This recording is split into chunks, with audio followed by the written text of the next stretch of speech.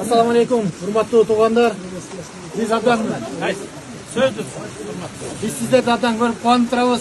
Ушундай касиеттүү жерге келгениңизге biz абдан кубандык. Biz ушундай туугандарыбызды көрүп, сиздерди ушундай тосуп алганыңыздарга баардык жамаатыбыздын атынан ыраазычылык билгизебиз.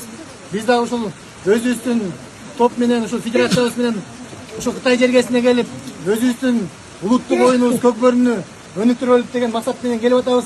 Бул жактан себепкер адам мына Ючан деген биздин ушул бул жактын федерация жетекчилиги себепкер болуп, биз ушул жакка келип бүгүнкү күнү келдик.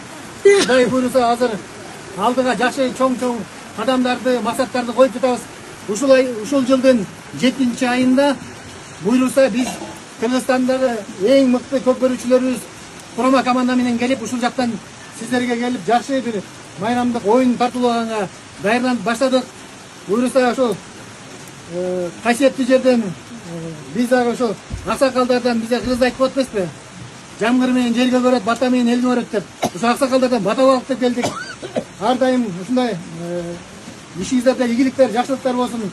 Аман болуңуздар. Биз сиздердин саламыңыздарды өзүбүздүн элибизге айтып барабыз. Сиздер бул жактан аман болуңуздар. Биз сиздерге ыраазыбыз. Чоң рахмат баарыңыздарга.